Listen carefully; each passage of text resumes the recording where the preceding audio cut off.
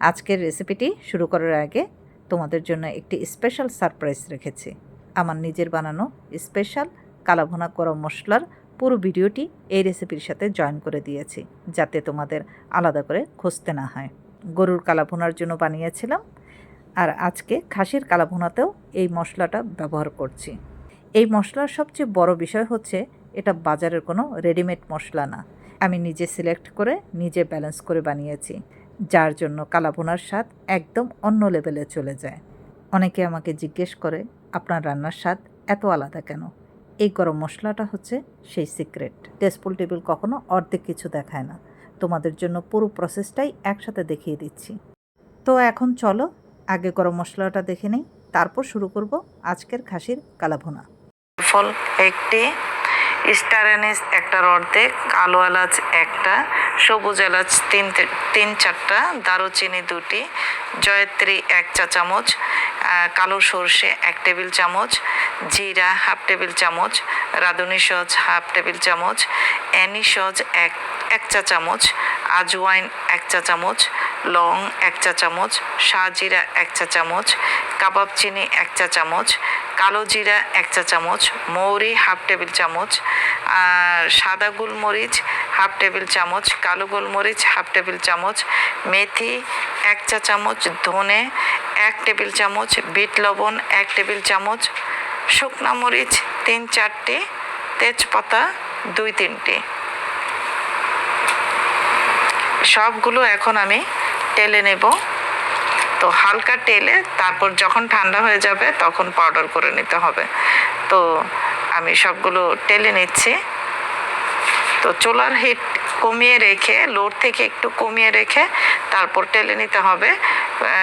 1 minute টেলে নিয়ে তারপর এটি যখন ঠান্ডা হবে তখন পাউডার করে নেবেন।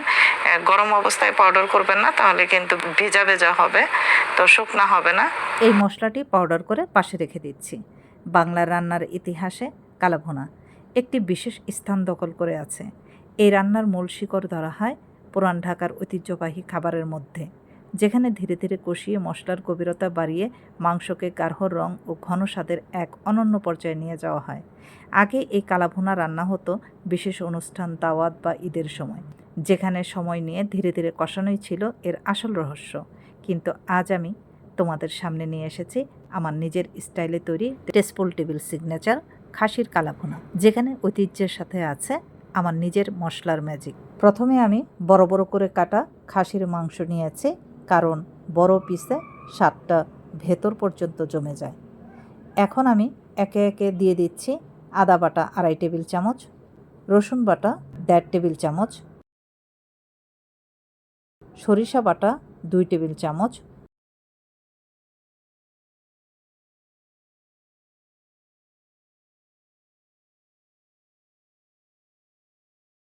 জিরা গুঁড়া 2 টেবিল চামচ,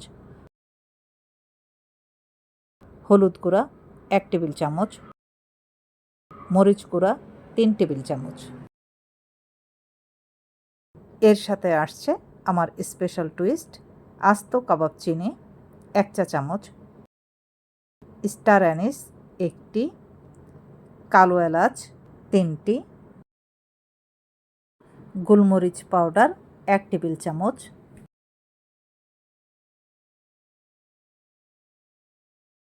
জয়ত্রী 1 চা চামচ, তেজপাতা কয়েকটি, সবুজ এলাচ 5-6টি, দারুচিনি 2টো স্টিক ভেঙে দিচ্ছি, আস্ত মৌরি 1/2 টেবিল চামচ, কালো জিরা 1/2 টেবিল চামচ, জয়ফল 1টার অর্ধেক।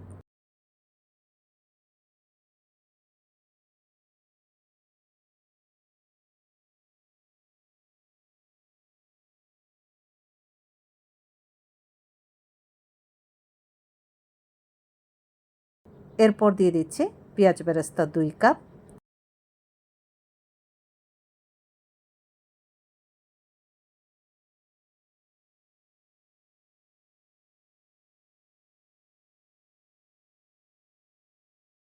পেঁয়াজ বেরেস্তা করেছিলাম সেই তেল দিয়ে দিচ্ছি 1.5 কাপ,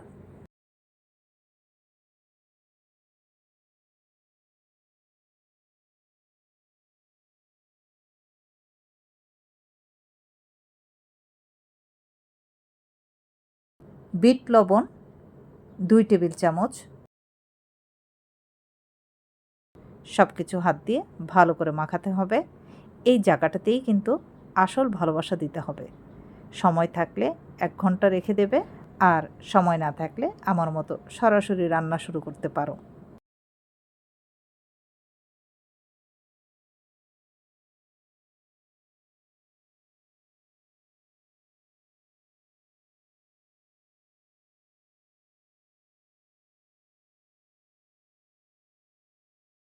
চুলায় বসিয়ে দিলাম, দিয়ে 5 মিনিট হাই হিটে রেখে তারপর মিডিয়াম টু লো হিটে ধীরে ধীরে কষাতে হবে। 1.5 থেকে 2 ঘন্টার জন্য ঢেকে রেখে দিচ্ছি। মাঝে মাঝে নেড়ে দিতে হবে।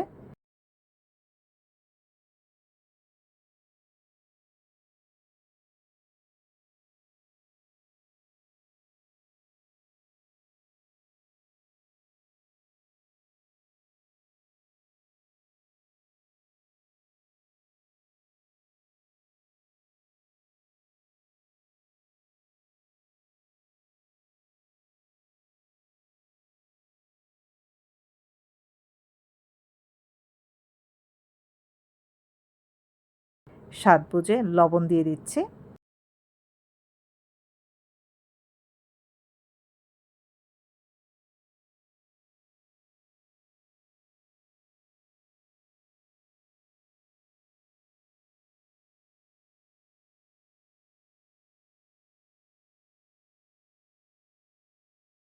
যখন দেখবে মাংস সেদ্ধ হয়ে গেছে, তেল উপরে উঠে এসেছে, তখন বুঝবে তুমি ঠিক জায়গাতে আছো।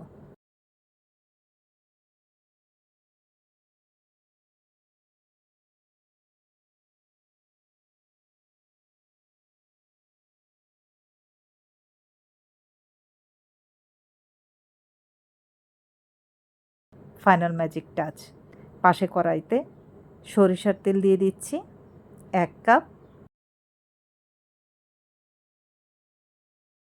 তেল যখন গরম হবে দিয়ে দিচ্ছি শুকনা মরিচ কয়েকটি, দিয়ে একটু ফোড়ন দিয়ে মৌরি 1 চা চামচ, জিরা 1 চা চামচ দিয়ে একটু ফোড়ন দিয়ে নিচ্ছে। তারপর 1 কাপ পেঁয়াজ কুচি দিয়ে সুন্দর ব্রাউন কালার করে ভেজে নিতে হবে। পেঁয়াজগুলো ব্রাউন কালার হয়ে গেছে। এখন এই কষানো মাংসগুলো ঢেলে দিচ্ছি। কষানো মাংসগুলো দিয়ে এখন দিয়ে দিচ্ছি আস্ত বেশ কিছু কাঁচামরিচ, আর দিয়ে দিচ্ছি আমার সিক্রেট কালাভুনা গরম মশলা পাউডার 1.5 টেবিল চামচ দিয়ে একটু নাড়াচাড়া করে 2 মিনিট ঢেকে রাখছি। দেখো এই যে কালারটা, এই কালারটাই কিন্তু আসল কালাভুনার পরিচয়। এখানে কোনো শর্টকাট নেই। ধীরে ধীরে কষাতে হয়, মশলার সাথে মাংসকে মিশে যেতে দিতে হয়।